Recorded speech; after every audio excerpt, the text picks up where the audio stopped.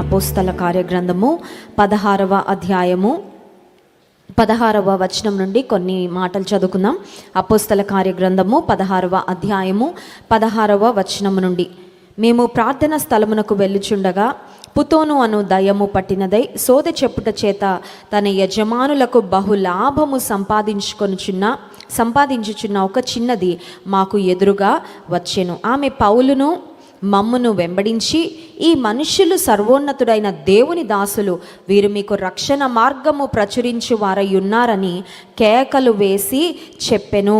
పౌలు శీల ఒక ప్రాంతంలో వారు ప్రయాణం చేస్తూ ఉండగా నడుస్తూ వెళ్తున్నప్పుడు సోదె చెప్తున్న దయ్యము పట్టిన ఒక యవ్వనస్తురాలు అక్కడ వారికి కనబడింది. దయ్యం పట్టిన వారు అంటే దయ్యం పట్టిన వాళ్ళకు తెలుస్తుంది ఆ టార్చర్ ఎలా ఉంటుందో. దయ్యము పట్టిన వారు అపవిత్రాత్మల చేత పీడించబడుతున్న వారు ఇంట్లో ఉంటే ఆ కుటుంబీకులకి ఎలాంటి టార్చర్ ఉంటుందో ఫ్యామిలీ మెంబర్స్కి తెలుసండి. దేవుని ఆత్మ, పరిశుద్ధాత్మ స్వాధీనానికి అప్పగించుకొని వారు రక్షణ పొందకుండా హృదయాలను ఖాళీగా పెట్టుకున్న వారి హృదయాలు అపవాదికి ఒక వెల్కమ్ లాగా ఉంటాయి అన్నమాట. అర్థమవుతుందండి? దేవుని మన హృదయంలోకి ఆహ్వానించకుండా, దేవునికి మన హృదయంలో చోటు ఇవ్వకుండా ఖాళీగా పెట్టేస్తే, దేవుని తర్వాత పిలుద్దాంలే, దేవుని జీవితంలోకి తర్వాత ఆహ్వానిద్దాంలే, హృదయంలో జీవితంలో మొదటి స్థానము దేవునికి ఇవ్వడానికి ఇంకా చాలా టైం ఉంది అని రక్షణ నిర్ణయాన్ని ఎవరు పోస్ట్ పోన్ చేస్తారో వాళ్ళ హృదయంలో, వారి జీవితంలో అపవాది ఈజీగా దూరిపోద్దండి. ఎందుకంటే ఖాళీ స్థలమే అపవాదికి చాలా మంచి నిలయం అనమాట. వాడికి ఇష్టమైనది ఏంటంటే ఖాళీగా ఏదైనా కనబడితే వెళ్ళి ఆక్యుపై చేసి పాడు చేయాలని, నాశనం చేయాలని, ఇబ్బంది పెట్టాలని అపవాది యొక్క ఆలోచన. ఇంకా రక్షణ పొందకుండా ఇక్కడ ఎవరున్నారు గుర్తుపెట్టుకోవాలి. చిన్నప్పుడు మా చిన్నతనంలో మేము సూలూరుపేట అనే ప్రాంతంలో మా డాడీ బ్యాంక్లో జాబ్ చేస్తున్నప్పుడు అక్కడ ఉండేవాళ్ళం. మా చిన్నతనంలో చాలా విలేజెస్ నుండి, చుట్టుప్రక్కల గ్రామాల నుండి చాలామంది మందిరానికి వస్తూ ఉండేవారండి. అయితే మందిరానికి వస్తున్నప్పుడు మా డాడీ దేవుని వాక్యాన్ని ప్రకటిస్తుంటే దయ్యాలు పట్టిన వాళ్ళలో ఉండి దయ్యాలు బయటకు వచ్చి గట్టిగా కేకలు వేస్తూ ఉండేవాళ్ళు. ఇంకా చూసుకోండి, మాకు టెన్షన్ మొదలయ్యేది. ఎందుకంటే చిన్నపిల్లలం కదా, వాళ్ళు అలా ఊగిపోవడము, వాళ్ళు కింద పడి కొట్టుకోవడము, అరుస్తూ ఉంటే చాలా టెన్షను వచ్చేది. అప్పుడు మా నాన్నగారు చెప్పేవాళ్ళు, చిన్నపిల్లలందరూ కళ్ళు మూసుకొని ప్రార్థనలో ఉండండి, కళ్ళు తెరిచి ఏం జరుగుతుంది వింత అని చూడద్దు. సరే, అదంతా అయిన తర్వాత నేను ఇంటికి వచ్చి నాకు ఒక డౌట్ వచ్చింది. అదేంటంటే, ఇప్పుడు డాడీ ప్రార్థన చేస్తే మమ్మీ దయ్యాలు వెళ్ళిపోతున్నాయి కదా, అవి ఎవరిలో దూరుతాయి? ఇప్పుడు బయటకు వెళ్తే ఎక్కడో దగ్గర ఎంటర్ అవ్వాలి కదా, మళ్ళీ ఒక దగ్గర నుండి ఎగ్జిట్ అవుతున్నాయి, మళ్ళీ ఎక్కడ ఎంటర్ అవుతాయి? చిన్నతనంలో నా డౌట్ అన్నమాట. అప్పుడు మా మమ్మీ చెప్పిన మాట ఏంటంటే, రక్షణ ఎవరు పొందరో వారి లోపలికి వెళ్ళిపోతాయి. కాబట్టి ఇక్కడ ఉన్న యవనస్తులు ఇంకా పోస్ట్ పోన్ చేస్తూ ఉన్నారేమో, రక్షణ తర్వాత అని చాలా బాగా ఈజీగా పోస్ట్ పోన్ చేస్తూ ఉంటారు. దేవుని కొరకు నిర్ణయం తీసుకోకుండా, హృదయంలో దేవునికి చోటు ఇవ్వకుండా, ఇంకా చాలా టైం ఉందిలే, ఇంకా ఎంజాయ్ చేయాల్సింది చాలా ఉంది, అనుభవించాల్సింది చాలా ఉంది, చూడాల్సినవి చాలా ఉన్నాయి, తిరగాల్సినవి చాలా ఉన్నాయి, తినాల్సినవి తాగాల్సినవి ఎన్నో ఉన్నాయని లేట్ చేస్తూ ఉంటే, దయచేసి జ్ఞాపకం ఉంచుకోండి, అపవిత్రాత్మ శక్తులు లేదంటే సాతాను శక్తులు మిమ్మల్ని చాలా ఈజీగా మీలో ప్రవేశించడానికి, మిమ్మల్ని ఒక మాటలో చెప్పాలంటే డీమన్ పొజెస్డ్ అయిపోవడానికి మీరు చాలా బెస్ట్ ప్లేస్గా ఉన్నారనమాట. అపవాదికి దేవునికి అప్పగించుకోకపోతే ఆ ప్రమాదం ఉంటుంది. కానీ అపవిత్రాత్మ శక్తులు ఎవరినైనా పట్టినప్పుడు పీడిస్తూ ఉంటాయండి. అపవిత్రాత్మ శక్తులు మనిషిని నెమ్మదిగా ఉండనివ్వవు. అపవిత్రాత్మ శక్తులు పట్టినప్పుడు వాళ్ళు తలగొట్టుకుంటూ ఉంటారు, లేదంటే వాళ్ళని వాళ్ళు హాని చేసుకుంటూ ఉంటారు, ఇతరులను ఇబ్బంది పెడతా ఉంటారు, చాలా ఇబ్బందికరమైన పరిస్థితి, కేకలు వేస్తూ ఉంటారు, లేదంటే ఇతరులను గాయపరుస్తూ ఉంటారు. కొన్నిసార్లు వాళ్ళ పరిస్థితి ఎట్లా ఉంటుందంటే అన్కంట్రోలబుల్గా ఉంటుంది అనమాట. అంటే అదుపులో, తమ ఆధీనంలో, తమ స్వాధీనంలో వారి దేహాలు కానీ వారి మనస్సు కానీ ఉండదన్నమాట. ఎందుకంటే అపవిత్రాత్మ వారిని బాధిస్తూ ఉంటారు, అపవిత్రాత్మలు వారిని బాధిస్తూ ఉంటాయి. ఇప్పుడు ఇక్కడ పుతోను అను దయ్యము పట్టిన ఒక యవనస్తురాలు మనకు కనబడతా ఉంది అపోస్తల కార్యంలో. ఆమెకు దయ్యం పట్టడం వల్ల ఆమె ఏం చెప్తా ఉందంటే సోదె చెప్తా ఉంది. కొంతమందికి సోదె చెప్పేవారంటే, భవిష్యత్తు చెప్పేవారంటే పరుగులు పెట్టేస్తూ ఉంటారు కదా. వాళ్ళ భవిష్యత్తు ఈ 4 గీతలు ఏవో చూస్తారు, లేదంటే ఫేస్ ఏదో చూస్తారు, చూసేసి మీ భవిష్యత్తు ఇలా ఉంటుంది అలా ఉంటుందని డబ్బుల కోసం చాలామంది చెప్తూ ఉంటారు. కానీ చెప్పేవారికి వారి భవిష్యత్తు ఏంటో కూడా తెలియదు. మనకి చెప్పే భవిష్యత్తు కూడా అది ఏంటంటే ఒక రాయేస్తారన్నమాట, తగిలితే తగులుతుంది, లేకపోతే తగలదు. మన గుడ్డి నమ్మకాన్ని, మన పిచ్చి నమ్మకాన్ని వాళ్ళు క్యాష్ చేసుకొని మీ భవిష్యత్తు చెప్తాం, అది చెప్తాం, ఇది చెప్తాం. మన భవిష్యత్తు దేవునికి తప్ప ఇంకెవ్వరికి తెలియదండి. అది మనం తెలుసుకోవాలి ముందు. మన భవిష్యత్తు ఎవరికి తెలుసు? మనకి తెలీదు, ప్రక్కన వాళ్ళకి తెలీదు, సోదే చెప్పే వాళ్ళకి అంతకంటే తెలీదు. మన భవిష్యత్తు ఎవరికి తెలుసు అంటే అన్నీ తెలిసిన అనంత జ్ఞాని అయిన దేవునికి బాగా తెలుసు.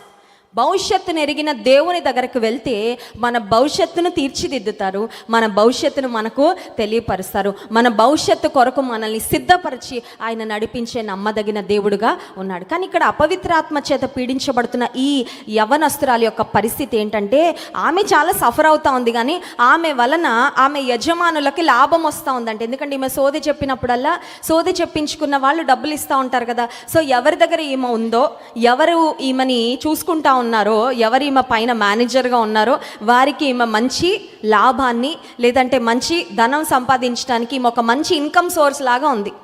ఇప్పుడు ఈ మనుషుల యొక్క పరిస్థితి ఏంటంటే ఆమె సఫర్ అయినా మాకు అనవసరం, ఆమె దయ్యం బట్టి ఆమెకి నిద్ర పట్టకపోయినా, ఆమె ఎట్లా పోయినా మాకు అనవసరం, కానీ ఆమె వలన మాకు డబ్బులు వస్తున్నాయి కాబట్టి మాకు అదే కావాలి అని వాళ్ళు ఆలోచిస్తూ ఉన్నారు. కానీ దేవుని సేవకులైన పౌలు శీల ఆమెను చూడగానే, పౌలు శీలను ఆమె ఇంతకుముందు ఎన్నడూ చూడలేదండి. పౌలు శీలను ఇంతకుముందు ఆమె ఎన్నడూ కలుసుకోలేదు. కానీ ఆమె పౌలు శీలను దైవజనులను చూడగానే ఆమె ఒక మాట చెప్తా ఉంది. చూడండి 17వ వచనం, ఆమె పౌలును మమ్మును వెంబడించి ఈ మనుషులు సర్వోన్నతుడైన దేవుని దాసులు, వీరు మీకు రక్షణ మార్గము ప్రచురించువారై ఉన్నారని కేకలు వేసి, the devil is giving a testimony about the men of God. What a powerful thing. దేవుని మందిరానికి వెళ్ళే వాళ్ళు దేవుని సేవకులను గురించి కాదు చెప్తుంది సాక్ష్యం. ఎవరు చెప్తున్నారండి? దయ్యాలు చెప్తా ఉన్నాయి. దయ్యము పట్టిన అపవిత్రాత్మల చేత పీడించబడుతున్న ఒక్క స్త్రీ చెప్తా ఉంది కేకలు వేసి, వీరు దేవుని యొక్క సేవకులు, అంత మాత్రమే కాదు వీరు మీకు రక్షణ మార్గాన్ని.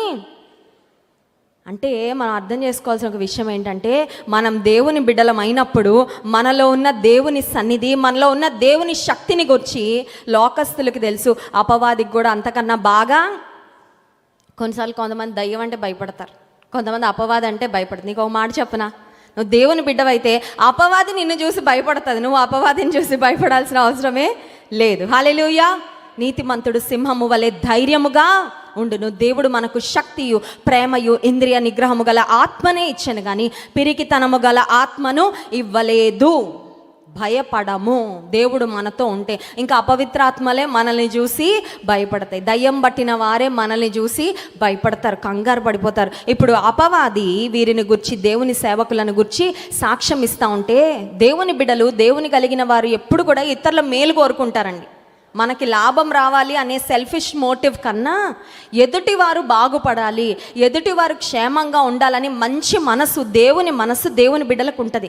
కాబట్టి దైవజనులు ఏమనుకున్నారంటే, ఆమె ఆ అపవిత్రాత్మ చేత పీడించబడుతూ చాలా సఫర్ అవుతుంది కాబట్టి ఆమెను ఆ అపవిత్రాత్మ శక్తుల నుండి విడిపించాలని ఆమె కొరకు ప్రార్థన చేశారు. చూడండి 8వ వచనం, ఆమె ఇలాగూ అనేక దినములు చేయుచుండెను గనుక పౌలు వ్యాకుల పడి దాని వైపు తిరిగి, నీవు ఈమెను వదిలిపోమ్మని యేసుక్రీస్తు నామమున ఆజ్ఞాపించుచున్నానని ఆ దయ్యముతో చెప్పెను.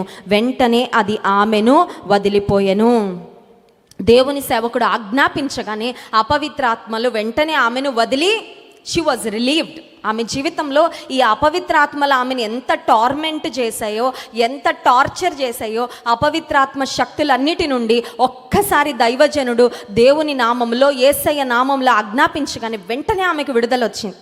రాగానే ఆమె సంతోషంగా ఉంది, కానీ ఇప్పుడు పౌలు శీలకు కష్టాలు ప్రారంభమయ్యాయి. ఏం కష్టాలు ప్రారంభమయ్యాయంటే చూడండి 19వ వచనం, ఆమె యజమానులు తమ లాభ సాధనము పోయెనని చూచి పౌలును శీలను పట్టుకొని గ్రామపు చావిడిలోనికి అధికారుల యొద్దకు ఈడ్చుకొని వెళ్ళారంట. ఏం చేశారండి వీళ్ళు? అంత చెడ్డ పని చేశారా? ఒక ఆమెకు సహాయం చేశారు, ఒక ఆమెను అపవిత్రాత్మల నుండి విడిపించారు, ఒక ఆమెకు మేలు చేశారు, ఒక కుటుంబంలో సంతోషాన్ని నింపారు. వాళ్ళ అమ్మాయి అలా ఉన్నందుకు ఆ తల్లిదండ్రులు ఎంత బాధపడుతున్నారో, ఎంత ఏడుస్తున్నారో. మా అమ్మాయి భవిష్యత్తు ఏంటండి? ఆమెకు విడుదలిస్తే సంతోషించాల్సింది పోయి, దైవజనులను థ్యాంక్స్ చెప్పాల్సింది పోయి, వీళ్ళ రియాక్షన్ ఆపోజిట్గా ఉందండి. ఏం చేస్తూ ఉన్నారంటే ఈడ్చుకొని వెళ్ళారంట.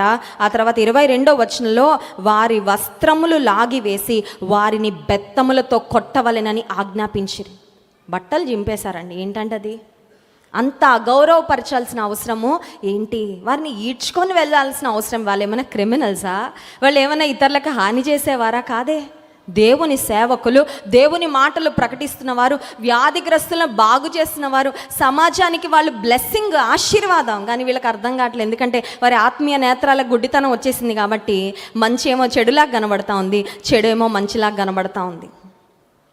ఆఖరికి వారు ఏం చేశారంటే 23వ వచనం, వారు చాలా దెబ్బలు కొట్టి వారిని చెరసాలలో వేసి భద్రముగా కనిపెట్టవలనని చెరసాల నాయకునికి చాలా దెబ్బలు కొట్టారంట. అంటే ఒంటి నిండా దెబ్బలే, 3 దెబ్బలు 4 దెబ్బలు అని రాస్తే లెక్క పెట్టగలిగినవి అని. చాలా దెబ్బలు అంటే ఏంటి, ఎంత కొట్టారో ఎలా కొట్టారో వాళ్ళకే తెలియదు అనమాట. అంత ఆవేశంగా, అంత కోపంగా, అంత కసిగా దైవజనులను కొట్టేశారు. ఇప్పుడు ఒంటి నిండా దెబ్బలతో జైల్లో ఉన్నారు. ఎందుకు జైల్లో పడ్డారు పౌలు శీల అంటే మేలు చేసినందుకు. Have you ever faced this situation in your life? మీ జీవితంలో ఇలాంటి అనుభవం ఎప్పుడైనా వచ్చిందా? ఇతరులకు సహాయం చేసి ఆ మేలుకు బదులు కీడు అనుభవించడం ఎప్పుడైనా జరిగిందా? అన్నం పెట్టిన చేతిని కొరికేయడం అంటారు కదా. కొంతమంది మన ఇంటికి వచ్చి మన దగ్గర మేలు పొంది బయటకు వెళ్ళి మన ఇంటికి తిన్నింటి వాసాలు లెక్క పెడతా ఉంటారు కొంతమంది గనులు. కొంతమంది మన దగ్గరకు వచ్చి సహాయం పొంది మేలు మర్చిపోవడం కాకుండా, అది పక్కన పడేయండి, మేలు మర్చిపోయినా పర్వాలేదు, కానీ బయటకు వెళ్ళి ఎన్నో లేనిపోనివన్నీ కల్పించి మాట్లాడతా మన ఇంటికి వచ్చి మన ద్వారా సహాయం పొందుకొని బహుశా నీకే నష్టాన్ని కలుగజేసే పరిస్థితులు మనుషులు నీకు ఎదురయ్యారేమో.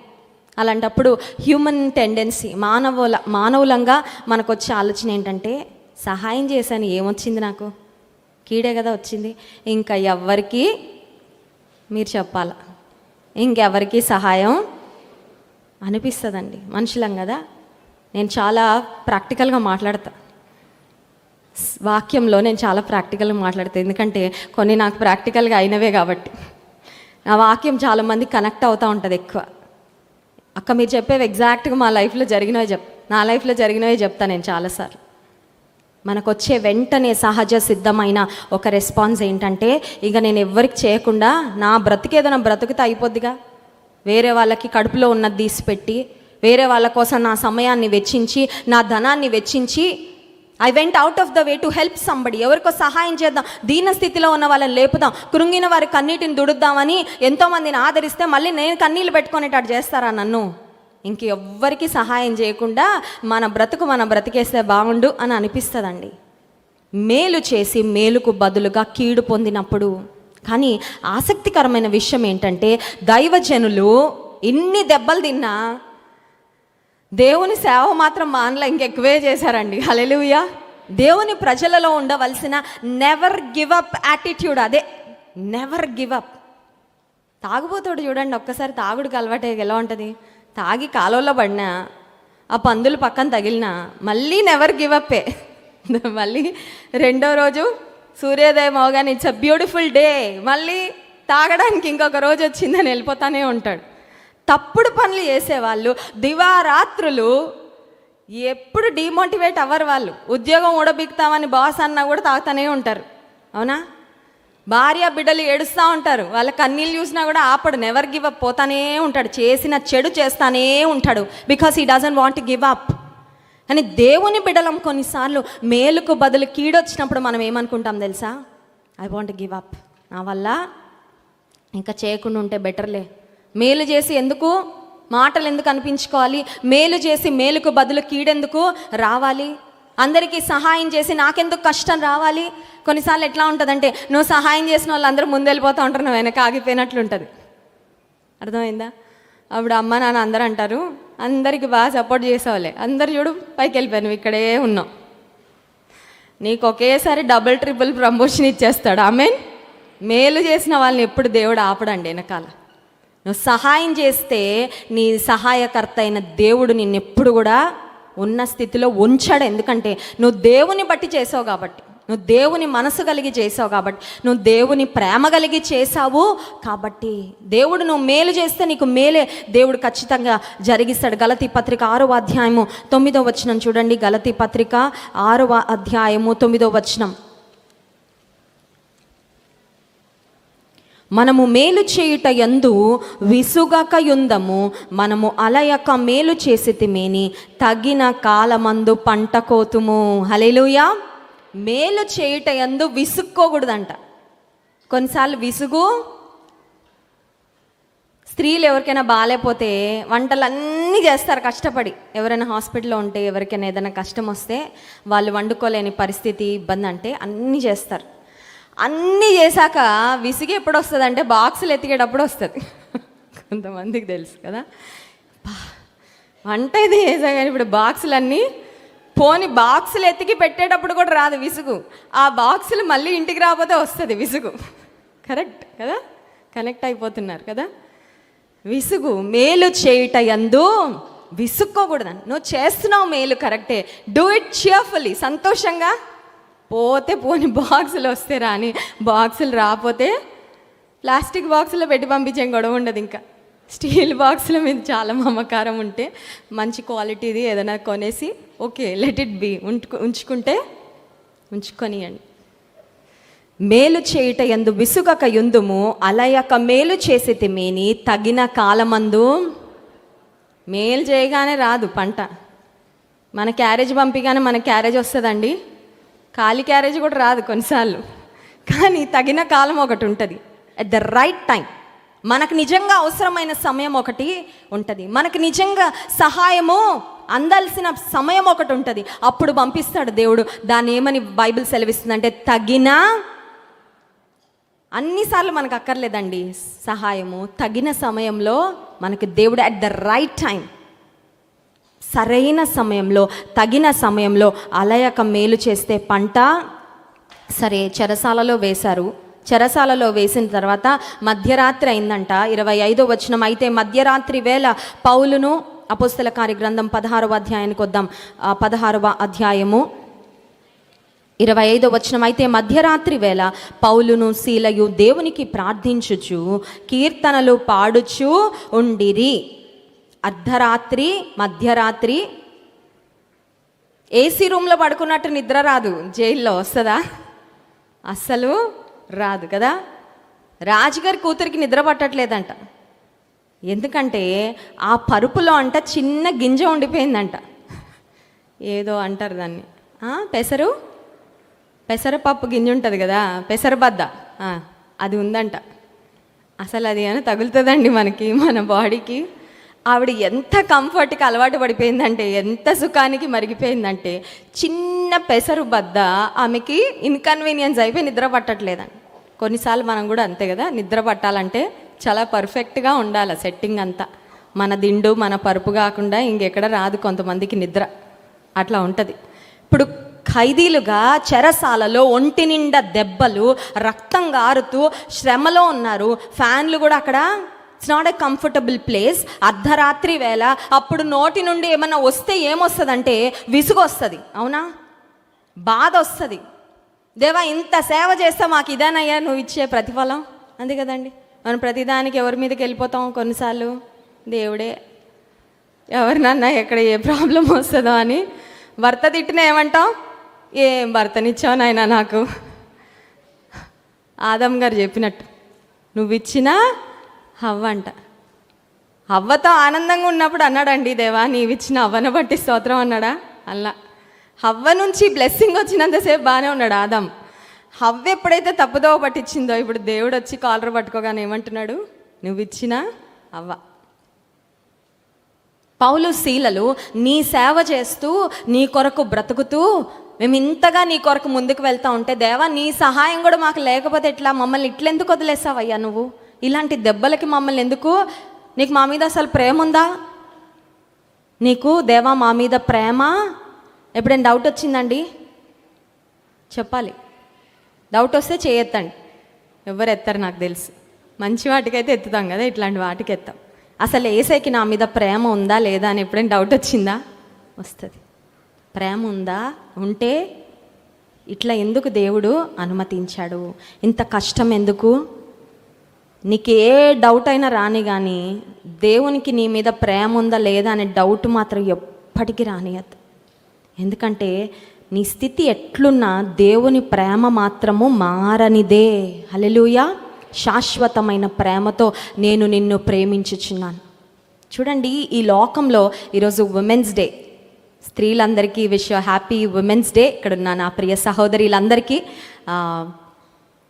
స్త్రీ ప్రేమ, తల్లి ప్రేమ గొప్ప ప్రేమ. దేవుని ప్రేమ తర్వాత గొప్ప ప్రేమ, వర్ణించలేని ప్రేమ ఏంటంటే తల్లి ప్రేమ కదా, మనందరికీ తెలుసు అది. కానీ ఒక ప్రశ్న అడుగుతాను, చెప్పండి.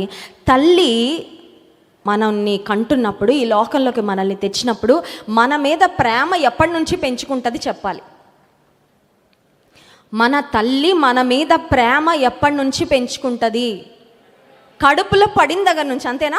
పడక ముందు పెంచుకుంటుందా?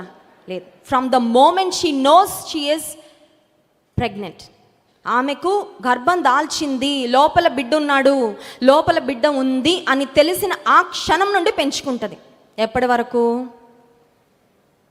ఆమె బ్రతుకున్న వరకు, లేదంటే మనం బ్రతుకున్న వరకు, అంతేనా? ఇంకా తర్వాత ప్రేమ ఉన్నా చూపించడానికి, చేయడానికి ఏమీ ఉండదు. అంటే నేనేం చెప్పడానికి ట్రై చేస్తున్నానంటే, దేవుని ప్రేమ ఈ ప్రపంచంలో గొప్ప ప్రేమ.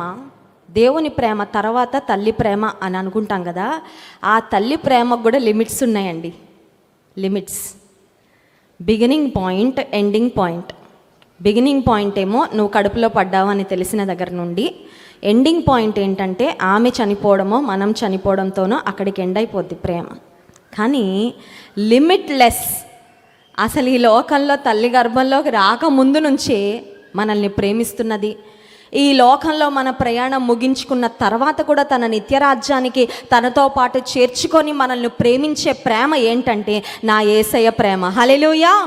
అందుకే ప్రేమ యేసయ్య ప్రేమ, ప్రేమ యేసయ్య ప్రేమ, ప్రేమ యేసయ్య ప్రేమ, ప్రేమ యేసయ్య ప్రేమ.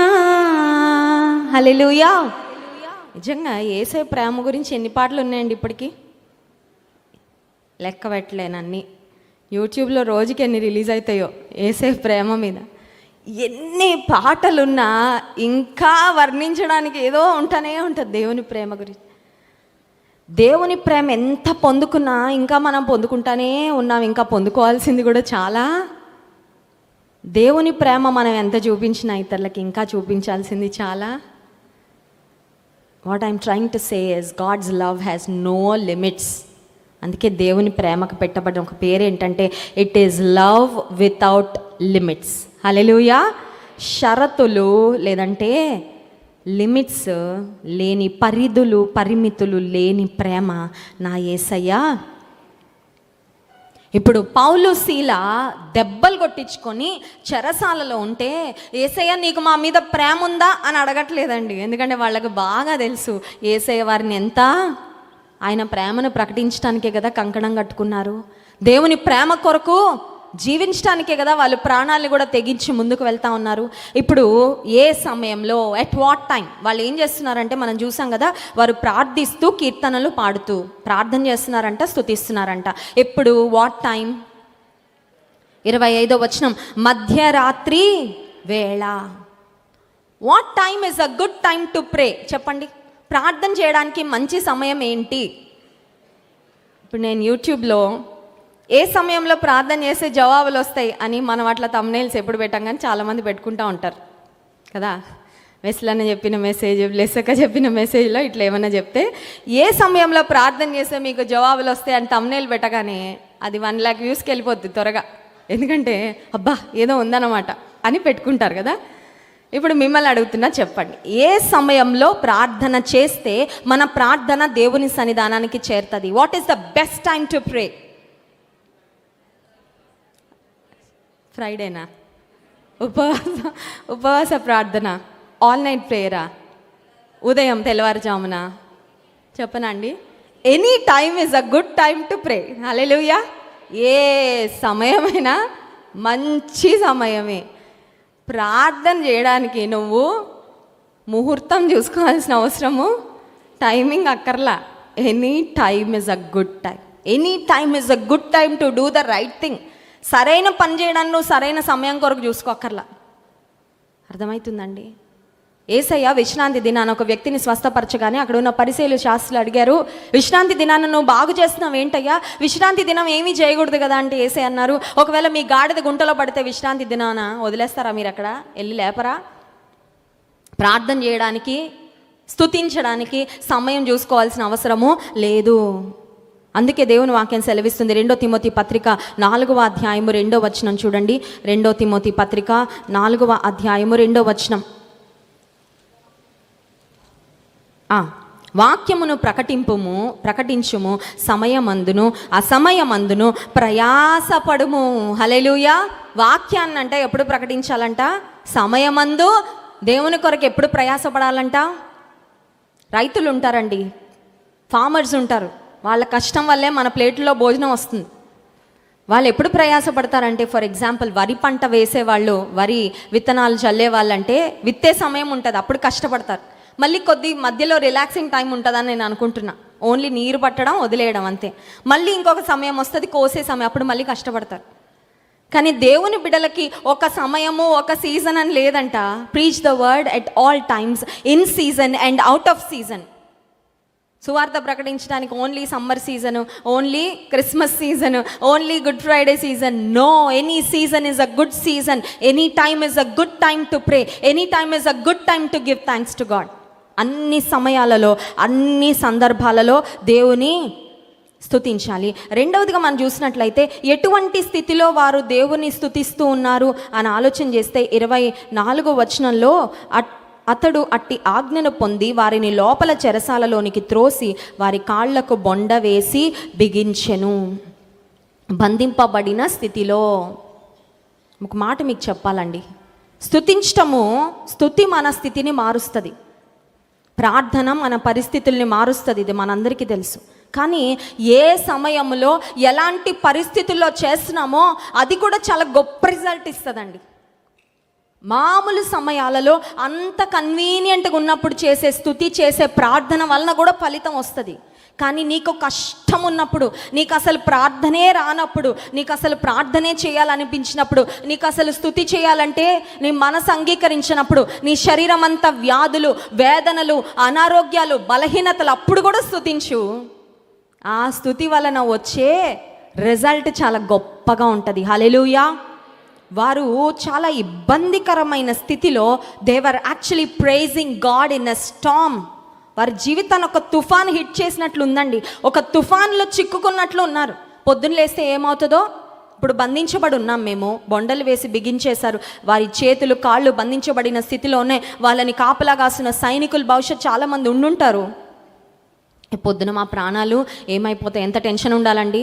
దేనికి భయపడకపోయినా మనందరికీ ప్రాణం అంటే ప్రాణం పోతుంది అనేసరికి మామూలుగా టెన్షన్ పడరు ఎవరైనా సరే. ప్రాణ భయం అనేది ప్రతి మనిషిలో నిజంగా భయాన్ని కలిగించే పరిస్థితి. ప్రాణం పోతుంది, ప్రాణం మీదకి వస్తుందంటే. కానీ పౌలు, శీల చాలా నిశ్చింతగా, చాలా నిబ్బరంగా ఆ పరిస్థితిలో కూడా దేవుని స్తుతిస్తూ దేవుని సన్నిధిలో ప్రార్థన చేస్తూ ఉంటే, హెబ్రీ పత్రిక 13వ అధ్యాయము 15వ వచనం చూడండి. హెబ్రీ పత్రిక 13వ అధ్యాయము 15వ వచనం. కాబట్టి ఆయన ద్వారా మనము దేవునికి ఎల్లప్పుడూ స్తుతి యాగము చేయుదము, అనగా ఆయన నామమును ఒప్పుకొనుచు జిహ్వా ఫలము అర్పించుదము. యేసయ్యకు, దేవుని నామమున ఎల్లప్పుడూ మనం ఏం చేయాలంటే స్తుతి యాగము. స్తుతికి స్తుతి యాగానికి తేడా ఏంటి? స్తుతి అంటే అన్నీ బాగున్నప్పుడు నువ్వు దేవుని ఘనపరిచేది, దేవుని ఆరాధించేది స్తుతి అయితే, నీ కష్టంలో, నీ ఇబ్బందిలో, when the circumstances are completely topsy turvy, upside down, అన్నీ తిరగబడిపోయినట్లు, పరిస్థితులన్నీ తారుమారుగా ఉన్నప్పుడు, తిక్కమక్కగా ఉన్నప్పుడు, నీకేం చేయాలో దిక్కుతోచని స్థితిలో నీ జీవితం ఉన్నప్పుడు నువ్వు చేసే స్తుతిని ఏమంటారంటే స్తుతి యాగము. దేవుడు స్తుతించాలని కోరుతున్నారు, స్తుతి యాగం కూడా చేయాలని కోరుతూ ఉన్నారు. వారు కీర్తనలు పాడుచున్నప్పుడు ఏం జరిగిందంటే 25వ వచనం చూడండి. అపోస్తల కార్యములు 16వ అధ్యాయం 25వ వచనము. ఖైదీలు వినుచుండిరి. ప్రక్కనున్న ఖైదీలందరూ వినుచున్నారు, ఇంకా రాయబడలేదు కానీ చూస్తా కూడా ఉన్నారు. మన శ్రమలో మనము ఎలా స్పందిస్తాము అనేది ఒక గొప్ప సాక్ష్యం అండి. మళ్ళీ చెప్తున్నా, శ్రమ నుండి విడుదల పొందాక ఇక్కడ వచ్చి చెప్పేది సాక్ష్యమే, కానీ శ్రమలో నీవు నేను ఎలా స్పందిస్తామో అది చాలా గొప్ప సాక్ష్యం. ఎందుకంటే శ్రమ రాగానే దేవుని నమ్ముకొని వారు అవిశ్వాసులు ఒక రకంగా ప్రవర్తిస్తారు, ఒక రకంగా మాట్లాడతారండి. కానీ విశ్వాసులు శ్రమలు వచ్చినప్పుడు the way you stand for God, the way you love God, the way you honour God despite your circumstances. నీ పరిస్థితులు ఎలా ఉన్నా నువ్వు శ్రమలో నిబ్బరంగా నిలబడతావే, నువ్వు శ్రమలో ధైర్యంగా నిలబడతావే, నువ్వు శ్రమలో తొణకకుండా బెనకకుండా దేవుని కొరకు నిలబడతావే, నువ్వు శ్రమలో ఏమొచ్చినా ఏం పోయినా పర్వాలేదు. యోబులాగా యెహోవా ఇచ్చెను, యెహోవా తీసుకొని పోయాను, యెహోవా నామమునకే స్తుతి కలుగునుగా కానీ నువ్వు చెప్పగలిగితే సాతాను సిగ్గుపడిపోతాడండి. హల్లెలూయా.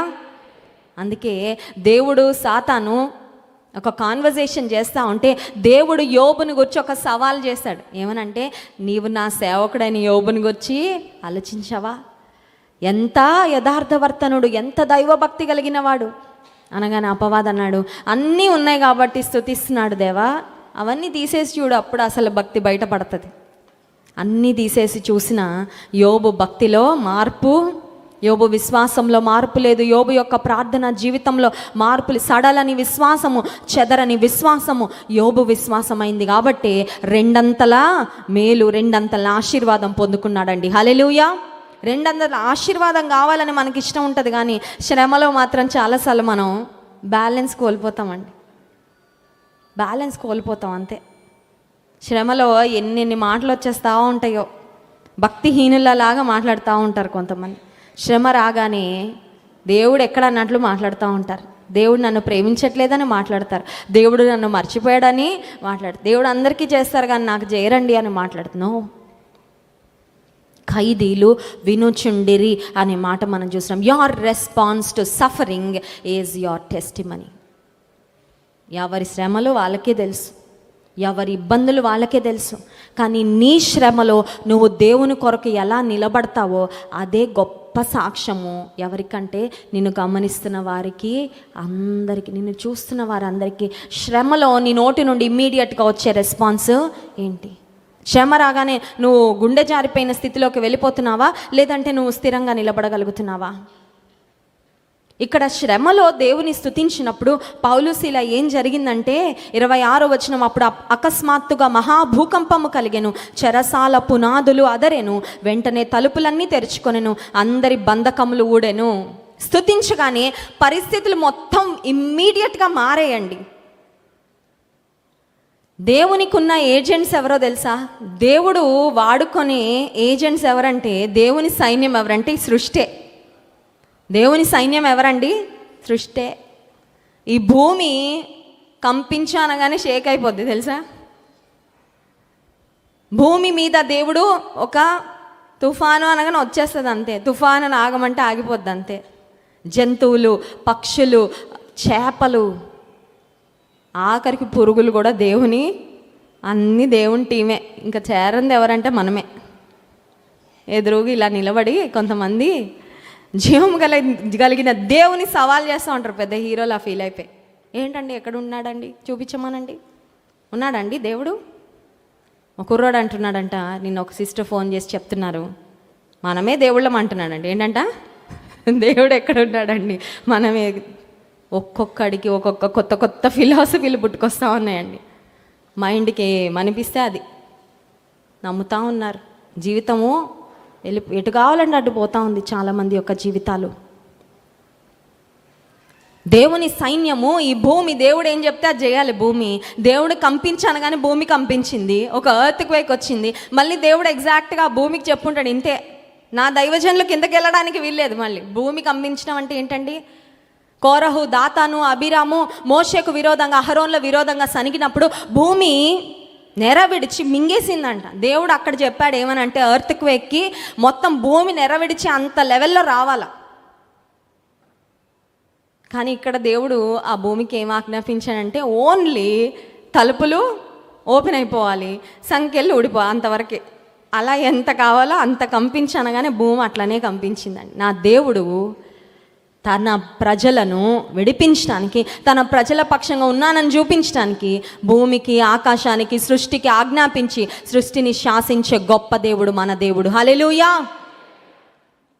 ఎప్పుడైతే ఆ భూమి కంపించిందో, అక్కడున్న పరిస్థితులు, చెరసాల పునాదులు అదిరాయో, తలుపులన్నీ తెరుచుకున్నాయి. అప్పటి వరకు బంధించబడి చూడండి, కాళ్ళు ఇలా చాపుకోవాలన్నా లేదు, చేతులు ఇలా అనాలన్నా, వాళ్ళకి నిలబడాలని ఉన్నా నిలబడడానికి లేదు. ఎందుకంటే వాళ్ళు మొత్తం అలా రిస్ట్రిక్ట్ చేసి పడేస్తే ఇప్పుడు ఒక్కసారిగా దేవుడు ఫ్రీ చేసేసాడండి. శ్రమలో దేవుని స్తుతిస్తే ఏం జరిగిందంటే వారి పరిస్థితి మారిపోయింది. అంత మాత్రమే కాదు, ఈ సంఘటన అంతా జరిగిన తర్వాత చెరసాల నాయకుడు, సమయం అయిపోతుంది అవన్నీ నేను చెప్పడం లేదు, కానీ చెరసాల నాయకుడు పౌలు శీల వద్దకు వచ్చి అడిగిన ప్రశ్న 29వ వచనం, అతడు దీపము తెమ్మని చెప్పి లోపలికి వచ్చి వణుకుచు పౌలుకును శీలకును సాగిలపడి వారిని వెలుపలికి తీసుకొని వచ్చి, అయ్యలారా, రక్షణ పొందుటకు నేనేమీ చేయవలెననెను. హల్లెలూయా.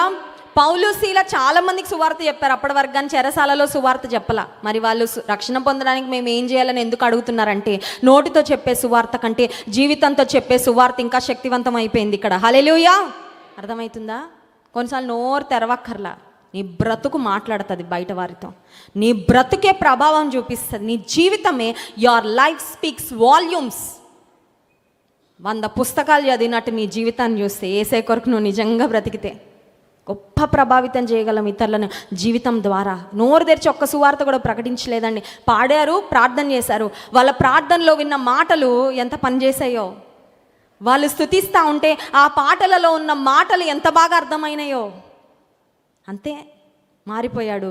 చెరసాల నాయకుడు వచ్చి అంటున్నాడు, అయ్యలారా, రక్షణ పొందడానికి మేమేమీ. ఆ తర్వాత ఏం జరిగిందంటే, ఆ ఇంటి వారందరూ బాప్తిస్మం పొందారంట. 33వ వచనంలో, ఆ రాత్రి ఆ గడియలోనే అతడు వారిని తీసుకొని వచ్చి వారి గాయములు కడిగెను. వెంటనే అతడును అతని ఇంటి వారందరూ. ఎవరిచ్చారు బాప్తిస్మం? పౌలే ఇచ్చాడు, దైవజనుడే. బంధించబడిన చేతులు ఇప్పుడు ఇతరులను దేవునిలోకి నడిపించే చేతులుగా. పౌలు భక్తుడు కూడా అనుకొని ఉండడు, ఒక రాత్రి గడిచేసరికి ఆ బంధకాల నుండి విడుదల వచ్చి ఒక కుటుంబం రక్షణ పొందుతుందని అనుకొని ఉండడండి. ఏమో, ఈ స్థితిలో నమ్మకంగా ఉంటా, ఈ బంధకాలలో నమ్మకంగా, ఈ స్థితిలో నేను దేవుని కంప్లైంట్ చేయకుండా, మర్మర్ చేయకుండా, సనగకుండా, మౌనంగా ఉండకుండా స్తుతిస్తా, ప్రార్థిస్తా అని తీర్మానం తీసుకున్నాడు. His circumstances changed. వారి స్థితిగతులు మారాయి.